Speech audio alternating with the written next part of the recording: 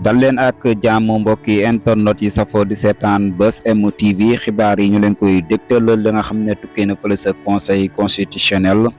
tey jii nag ñu waroon a addu jëm si candidat yi nga xam ne nag war nañoo saytu seeni parrainage ñu si mel ni Pape Djibril Fall, Idrissa Seck ñu si bare ku si mel ni Cheikh Bara Dolly mi nga xam ne nag moom ab candidat ciram daal mujjul jàll. daal dina yëkkati ay kàddu nag daal di tuuma kii di président Macky Sall ne nag moo téye ak candidaturam ndax xam na ne moom Cheikh Bara Dolly moom Diourbel moom Touba bu bokkee si élection dafay gagné kii di Amadou Ba loolu képp nag moo tax kii di Macky Sall fexe ba ay parrainage am jàllul lu ni mel la Cheikh Bara Dolly daal di koy yëkkati teg ko si kaw kii di président Macky Sall ginnaaw ba ñu saytoo ay parrainage am matul jàllul. Pape Djibril Fall ay parrainage am ma nga sa yoon ba ndax kat na ma nga toll si numéro 39 accès guñu si moomu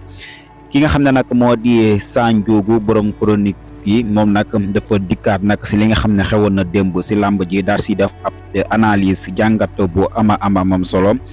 di wax ka ne nag comme dañoo xañoon ñii di Sonko président seen investiture bi nga xam ne nag waroon nañ ko amal si kii di président Ousmane Sonko ñu dàqal leen ko fële sa terrain ak pes bu Parcelles Assainies waaye nag démb ginnaaw bi làmb ji jeexee supporters Modou Lo yi toppoon Modou Lo fële sa Parcelles ñoom ñëpp nag dañ doon yuuxu Ousmane Sonko libéré Ousmane Sonko mu mel ni que ne nag lañ leen doon tere ñoom sa boppam nag mujjee nañ leen ko may ndax kat démb gis nañ lu ne mel ñu investir ci di Ousmane Sonko si guddi gi yëpp supporter Modou Lo yi ñoo def lu ne mel jàngatub Sandiogou la kii nga xam ne nag moo di Idrissa Seck jot nañ koo saytula li nga xam ne nag moo di ay parrainage am moom nag ma ngi jot a validé 38 417 waaye nag dafa mel ni dafa manqué lu si tel ni 6000 parrainage yoo xam ne war naa régulariser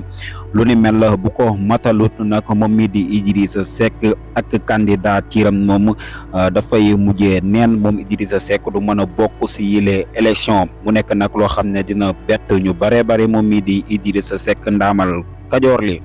kii nga xam ne nag moo di Karim Meïssa Wade comme démb nag doon def ab live bi nga xam ne nag doon na ko def wala sax ab rediffusion moom mi def déclaration ndekete yoo mbir mu ni mel nag nekkul lenn nag lu dul jumtukaayu yees yi nga xam ne nag dañ koy faral di amal waaye moom mii di Karim Wade nekkul moom moo doon def direct bi wala moo doon def déclaration bi waaye nag ay montage ñu def la rek audio bi la ñu teg lu ne mel nag la nit ñu bare daal di wax am ñu ko gëm am na ñu ko gëmul nag kii di Sandiogou nag daal di na si dikk moom it def si ab jàngat